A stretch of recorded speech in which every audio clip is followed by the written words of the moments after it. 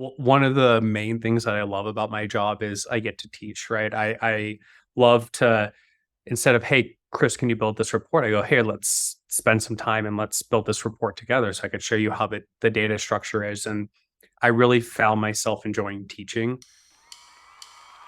Welcome to RevOps Rockstars, in pursuit of unicorns. I'm David Carnes. And I'm Jarin Chu. Join us as we interview RevOps leaders to explore the challenges they have faced, the biggest lessons they've learned, and what they think makes a RevOps rockstar. This show is brought to you by OpFocus, on a mission to help companies run their businesses better by letting you focus on growth while we scale your operations. Let's get this show on the road.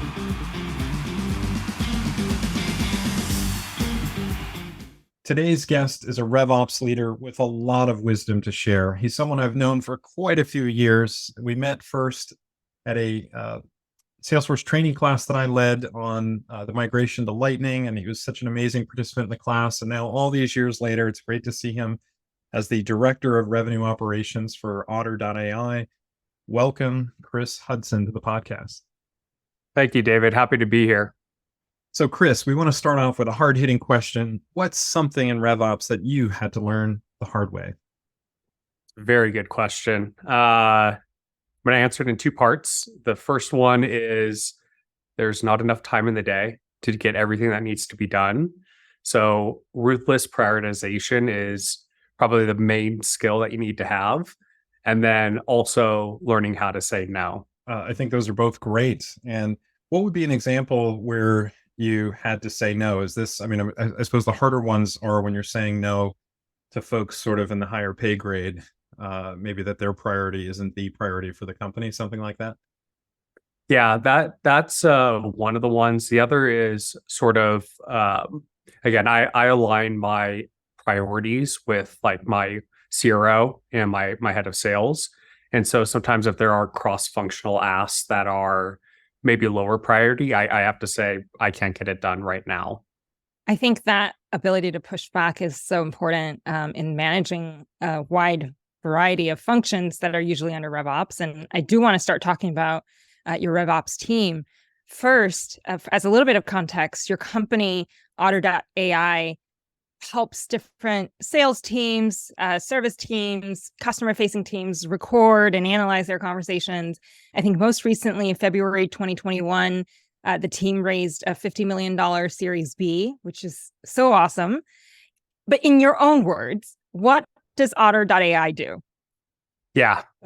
So the way that I like to think about Otter is it's sort of an AI meeting companion. So whether you're an in-person or in virtual events or meetings such as this, we were a horizontal tool from whether you're a journalist or a student or professor and you wanted to transcribe your meetings. But we've really found certain niches now in sort of verticals where whether you're consulting, such as OpFocus, or even sales teams, where if you need to write up follow-up emails or even just get your action items in meetings, it's a really good companion that has followed me since I've started Otter, all of my meetings. And that's seemingly one of the top sort of most popular functions we hear RevOps Rockstars guests kind of share when they're like, oh, what gets you the most excited these days in tech? So awesome that Otter.ai is trying to just simplify those follow-up motions. Help me understand first, what kind of RevOps team size are you working with, and how big of a team are you supporting in terms of kind of the marketing, sales, customer success functions? Yeah. So we are a mighty team of one right now, full-time employee, but I do have a few contractors and consultants helping with specific other areas. What's good is I'm going to be getting headcount in a little bit for two other areas, but specifically the people that we support, there's about 13 people in what you consider like the go-to-market operations team that I support. Awesome. And congrats on being able to get headcount. That must be such an exciting time right now. Super exciting and much, much needed.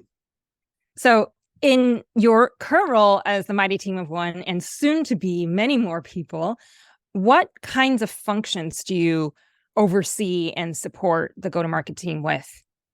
Yeah.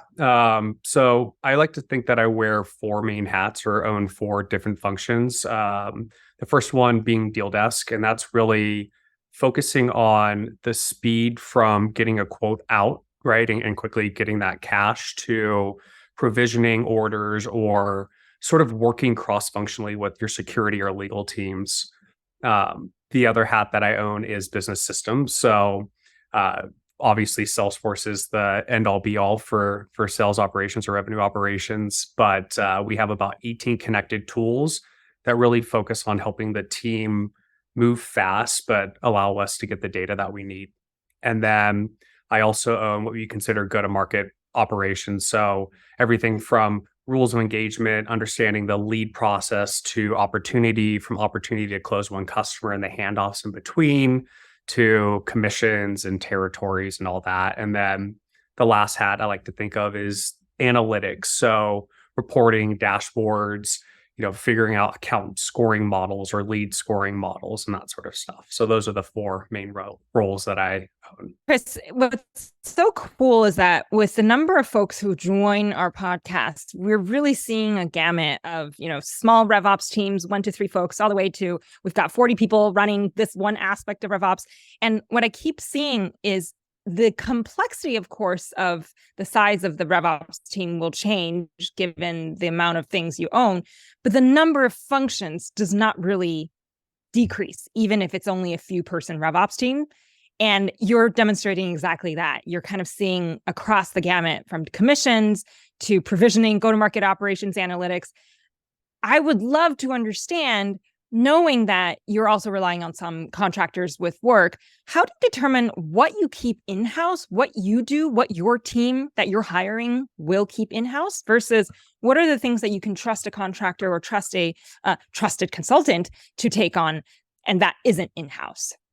Yeah. I think when it comes to certain things like DealDesk, that needs to be in-house, right? Because it's being able to review the contracts and working closely with the sales team. But we have a CPQ system that I haven't used before.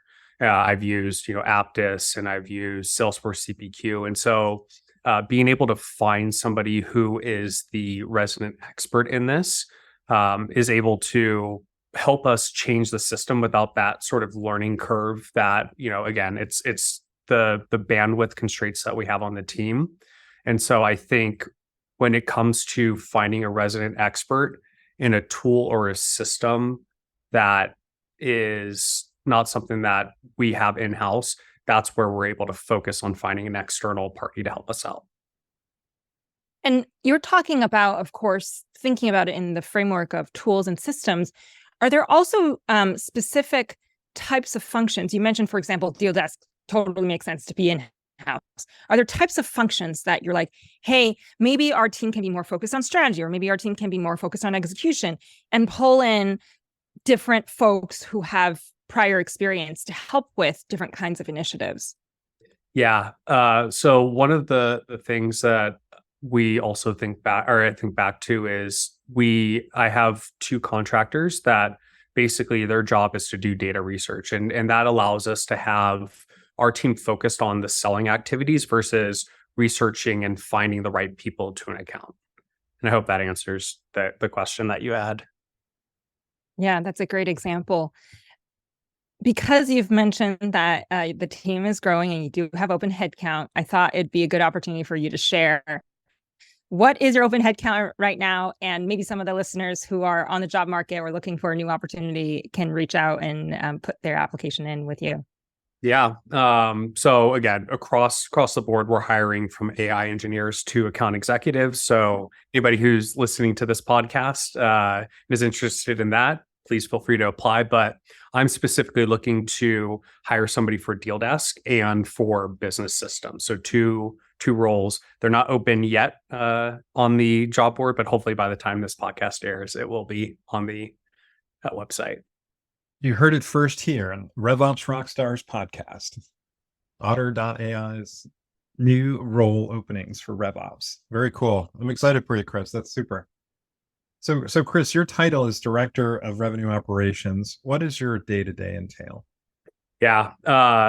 My day-to-day typically is focusing on what I would consider like the ad hoc requests and helping the sales team, basically, whether it's booking an order or setting up a trial or helping figure out a report, to more strategic projects. And I think that's really what I'm gold on, and what my North Star is being able to, if I put an hour or 10 hours into something, hopefully 100 or 1,000 hours worth of work is saved or optimized for. And so, some of the strategic projects that I worked on initially was fixing the lead to opportunity flow, or even the customer handoff. And us now, we do webinars for all of our customers, from our sales assisted to our free customers. And so these really help drive certain things like adoption and reducing churn, and retaining customers, and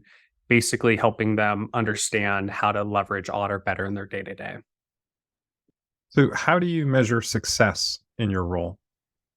It's usually numbers driven. So we'll typically have KPIs.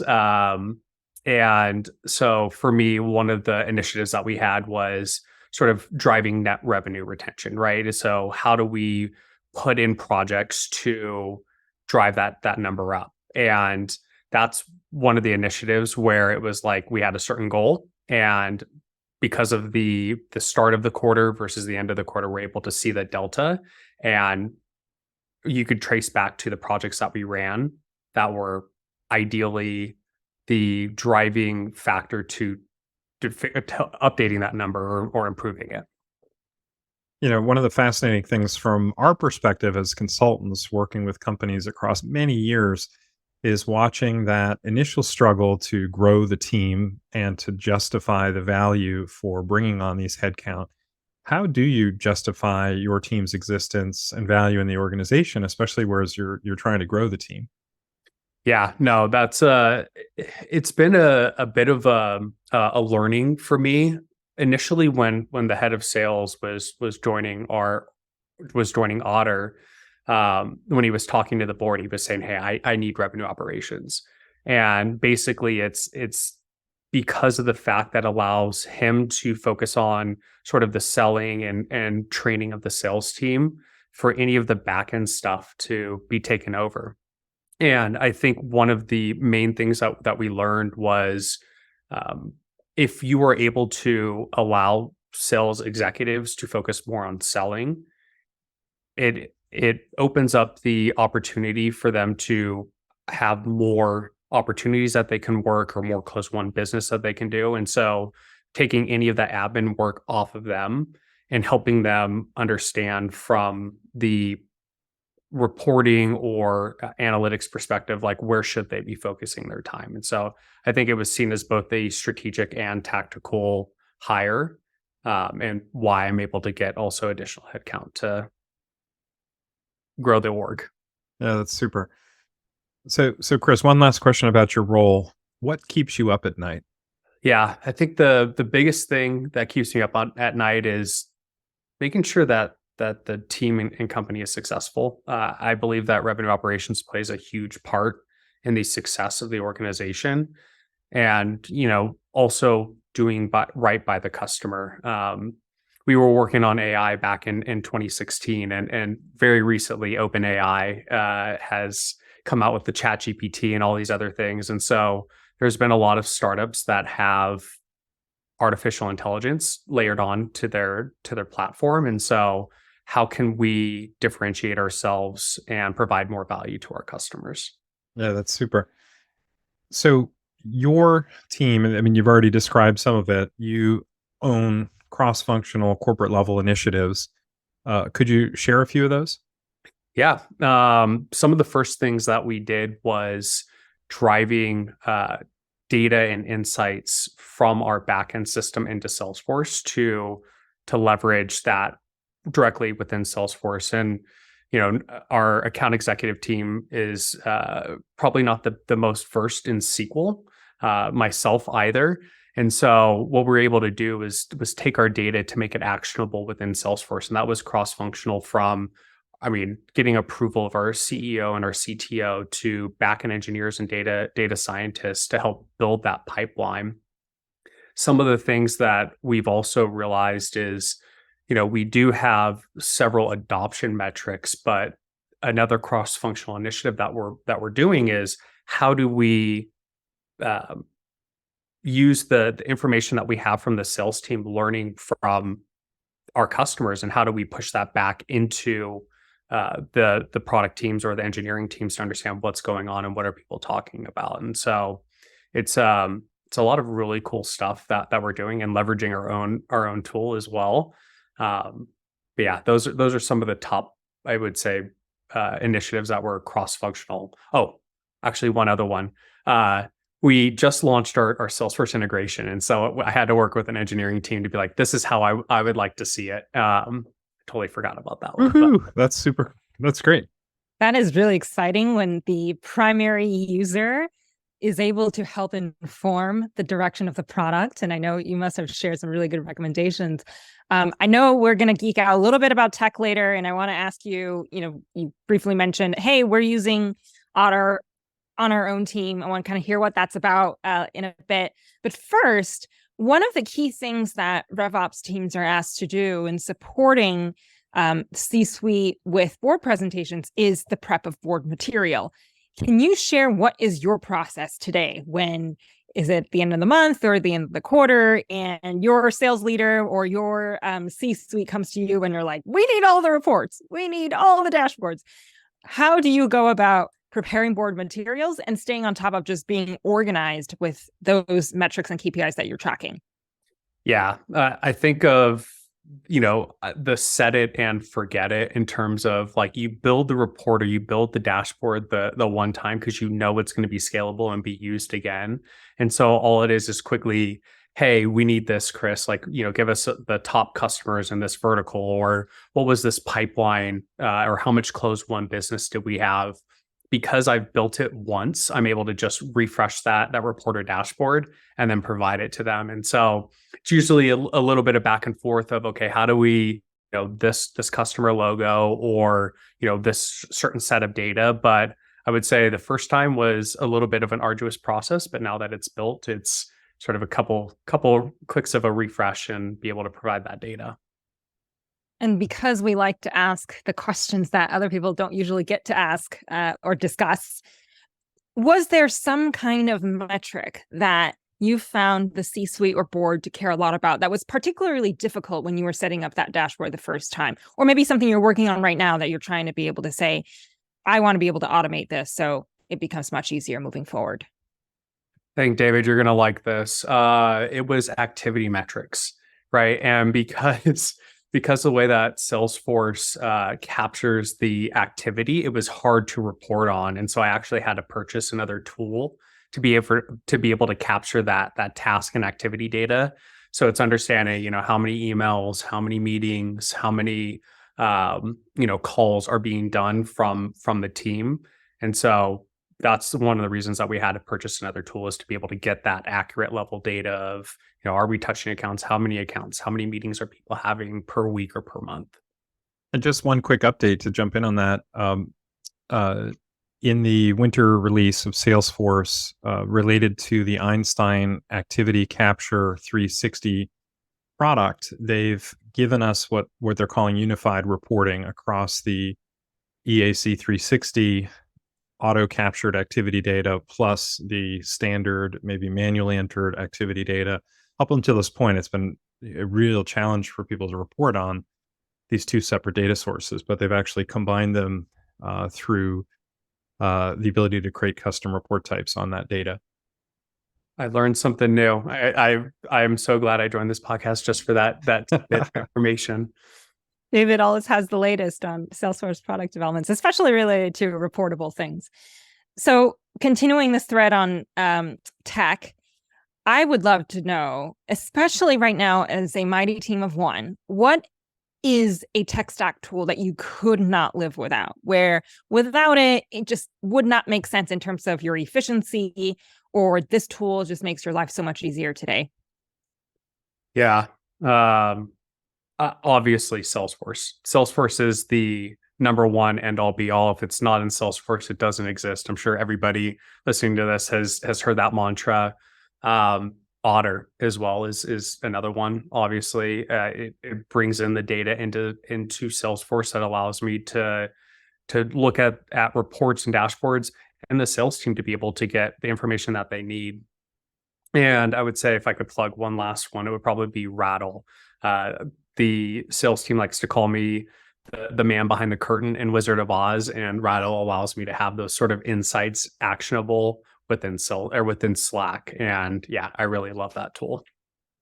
Yeah, I can sense the excitement and net promoter you are behind those three. You had quickly referenced that you're starting to use, or you've been using Otter to help manage your internal team. You mentioned that you also worked with the engineering team to create that Salesforce and Otter integration. Talk about that a little bit more and what gets you excited about how you're using Otter internally today with Salesforce. Yeah. So one of the main things that I think I really like about Otter is the entire company has an Otter account. And so what this allows people to do is all the information is shared into certain repositories, and they're able to use our AI chat feature, which allows people to search and say, okay, what competitor was discussed, right? Or what product features have customers been asking? And it really helps align sort of from the executive level all the way down to, a product manager or an engineer saying, what was the question or answer from a certain prospect or customer on what they needed Otter to do? And so it really helps inform, I think, our strategic product roadmap, but also allows, our sales executive team to look at, hey, how are we doing on these calls? Like what can we do to improve? Or as new salespeople come on board, how do you show them really good pricing conversations, or what were really good, objection handling as well? I have to ask you a question about reporting. Yeah. Where do you go to get an at-a-glance view of what's going on in the business? I have a few dashboards, and so for me, I have like what we consider a sales ops dashboard, which is like what is going wrong if there is anything that's going wrong, right? So, okay, here's a opportunity that's been closed, one but hasn't been provisioned, or here is a lead flow, or somebody hasn't responded at a certain time, to having direct forecasting dashboards to see like what is our current attainment, what is, how are the reps doing, what are the top open opportunities, and has any pipeline changed or shifted over time? That's amazing. We here in the Salesforce community, people talk of the zero dashboards. So, Yeah. just you want to see a bunch of zeros. If you see numbers, then that's bad, and you need to go pounce on those things. So it sounds like what you've done with the sales ops dashboard. That's exactly right. Cool. Chris, what do you think the next big disruption will be in RevOps? I am really excited if AI can help certain tasks that need to get done, but we spend a lot of time on. Like, I think nobody cares about, hey, I deleted all these duplicate activities, or I deleted these accounts that, are out of business. But really, I believe that the data foundation allows you to, or a good data foundation and CRM hygiene allows you to accurately report on the business. And so if there is certain tools that can help automate or sort of keep the CRM clean, or even repetitive tasks, like, account assignment sometimes is a pain, right? Hey, I need 100 new accounts. And it's like, okay, I got to upload these accounts. I got to reassign them, right? And so I'm really excited if there are certain things that need to get done, and there's a tool that allows us to automate them. Well, super. So Chris, we want to shift now and talk a little bit about your background. You live in the Bay Area, and I think the entire time I've known you, you've been in the Bay Area. You studied at UC Santa Barbara, super cool area. Did a BA there. Your previous role was at Branch in sales operations. I'm curious. So I don't know this origin story from you. The whole time I've known you, you've been in SaaS RevOps. How did you get into SaaS RevOps? That's a great question. When I went to school, I had no idea what I wanted to do, and I basically went there and found what was called the technology management program, which was it came from the engineering department, and it was really for people who were interested in entrepreneurship. And so I learned entrepreneurial marketing and new product development.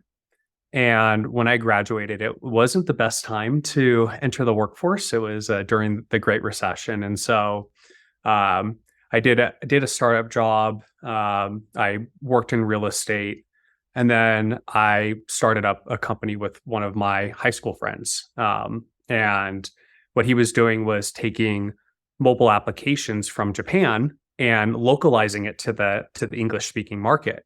And I thought, oh, this could be a huge opportunity. And so we basically worked together. And long story short, we put the project in cold storage, so to speak. But I realized that there was a lot of things that I didn't know about operations. And I had a mentor that I eventually joined Arena for, and he really looked at getting me, looking at the technology management and project management and technical writing to help sort of mold me into what I would say like an operations professional is. And so I sort of found myself in this role from basically my background and my interest in startups and technology. So you're coming up on 2 years at Otter.ai. If you could go back to day one and give yourself advice, what would that be? I was talking to a colleague prior to joining, and to give a little bit of context, the head of sales joined in, I want to say June of 2021, with a CSM and I believe an SDR. And he was basically selling stuff. The SDR helping him manage the inbound leads, and the CSM helping sort of onboard the customers. And I joined in January with another account executive, another SDR, and we've since grown the team again to 16, hiring many more. I thought that it would take me about a year to get everything ready and what I needed to get done, being more reactive versus proactive. But everybody who I talked to said, oh yeah, it's going to take at least like a year and a half to 2 years. I was like, no, it's going to only take a year. Lo and behold, I should have listened to people that were smarter than me saying it'll happen, but it will take some time.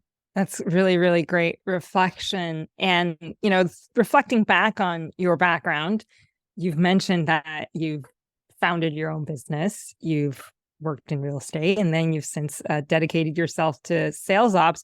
It kind of seems like the possibilities are all over, they're endless. You can continue in RevOps, you could continue in the corporate world, or you could pick up one of your cold storage projects at some point. So in an ideal world, what might be one of the things that are on your career bucket list? May not be next, but one of the things where you're like, oh, it would be awesome to do that at some point. Yeah. For me, one of the main things that I love about my job is I get to teach, right? I love to, instead of, hey, Chris, can you build this report? I go, hey, let's spend some time and let's build this report together so I could show you how the data structure is. And I really found myself enjoying teaching. David, I think that resonates with you as well. But yeah, I think one of the things that I want to do later on in my career is definitely to teach. So maybe the next time there's a Salesforce reporting workshop, it might be Chris at the helm in addition to David. Woohoo! Leading RevOps, especially in a growing company, especially supporting this many people, as currently a team of one, soon to grow again, that can be pretty intense. Like you've got your hands in all sorts of pots. You're wearing all sorts of hats. I mean, you've just mentioned 4 of them, but I'm sure there's plenty more ad hoc and one-time requests that come up. What are some things you do to unwind, especially given that you're in beautiful California? Yeah, I would say the number one thing that I love doing is going out in nature and hiking. As you can see, I'm actually in Tahoe right now, and one funny story about this is it's hiking for me allows me to sort of get fresh air and like work through any problems or de-stress. And one of the things that I did was with my fiance, we were I had a problem. I needed to figure out how to get the data from our backend into Salesforce. I knew the tool, but I didn't know sort of the automation or the way that I was going to build these custom objects. And so bless my fiance's heart, I spent about 4.5 hours talking her ear off in Joaquin Miller Park in Oakland, trying to figure out how I'm going to build this system. And sure enough, as soon as we got done, wrote it all down, and that Monday basically built out the beginnings that we are still using to this day. So she's an honorary ops rock star as well, given all of the sounding board she's been for you. Absolutely. You've picked up operations, sales ops, RevOps along the way. You've mentioned, hey, I noticed I have these gaps in my ops learning. What do you turn to today in terms of communities or resources or groups to help you stay on top of what's such a fastly expanding and developing field? Yeah, it's a good question. I definitely have a few people I would consider mentors that I bring questions or issues to. There's also some amazing communities out there. There's like RevOps Co-op, there's Wizard of Ops. I love also being part of Modern Sales Pro, so I get the emails in a digest to see what people are talking about. And it's really keeping my ear to the ground of like, what's changing or what's happening within the industry. And so, yeah, that would be the three things that I would say is newsletters, having mentors, and being part of communities of, again, standing on the shoulders of giants of people that are smarter and better than I am in certain areas. Yeah, we've got quite a big fan base here for, we've heard Wizard of Ops many times, RevOps Co-ops many times. And for folks, especially who are more focused on the sales ops side, MSPs just seems to be such a great recurring resource. Are there specific people you follow or folks that you've admired, that you've worked with in RevOps, where you're like, hey, I think they would be a great person to maybe join season 2 of the RevOps Rockstars podcast? Who would you recommend that you respect? I didn't give him a heads up, but Stephen Daniels, he was somebody that I worked with at Branch. Today, he's at Crusta. He's definitely somebody I would recommend getting on. He's one of the people I would consider a mentor. And yeah, that's top of mind. I would probably Jeff Ignacio. I'm subscribed to his newsletter. I forget the name of it off the top of my head, but I think he would be somebody really cool to have on as well. Well, that's super. Thank you so much for the suggestions, and we'll include links to their LinkedIn profiles in the show notes for today's episode. So, Chris, where can people find you? Are you out there on social media? Are you active on any of the different sites? Yeah, you can find me on LinkedIn. It's the linkedin.com/in/CJ Hudson SF. And I haven't wrote a blog post in a while, but if you ever are interested in looking at my random ramblings around Salesforce and what have you, cjhudson.com. Well, very cool. And how can somebody learn more about Otter.ai? Yeah, go to Otter.ai and you're able to see everything. If you wanted to get in touch with our sales team and see some of the cool stuff that we do, you can go to Otter.ai/sales. And yeah, it's we'd be happy to show everything about Otter and what it can do and help you not only in operations, but if you're in sales or what have you. Chris, what a pleasure it's been to have you on the podcast today, not just because you and I have known each other for a very long time, but also to hear the cool things that you're doing at Otter.ai. At the beginning of the episode, you talked about relentless prioritization and learning how to say no, which is really great. And then you shared quite a bit about how you're thinking about building your team and the responsibilities that you're looking for your team to take on. And then I really appreciate you sharing the groups that you're part of. It's so meaningful for our listeners to hear about the different groups that people find valuable, different resources and people in the community. So thank you so much for being a guest on the podcast. It's really been a pleasure to see you again, Chris. Thank you, David. Thank you, Jarin. It was a great pleasure as well. And I also want to thank the many, many RevOps Rockstars who followed this podcast through our 30-some, close to 40 episodes. This is one of our last episodes here. I think maybe second to last episode. So if you've learned something today with our conversation with Chris or throughout the season, please tell someone about the podcast, subscribe, leave a comment for us on LinkedIn. We'd love to hear about what you want to hear about more for the next season. And Chris, so great to see your face again after many years. Congrats again on Otter. And we're so glad to have you today on the podcast. Thank you. Thank you so much. And this has been another exciting episode of RevOps Rockstars. See you next time. Stay classy, rock stars. And that wraps up another episode. Thank you so much for joining us. For show notes and other episodes, visit RevOpsRockstars.com. RevOps Rockstars is sponsored by OpFocus. Visit OpFocus.com to learn more about how OpFocus helps SaaS companies scale their revenue operations.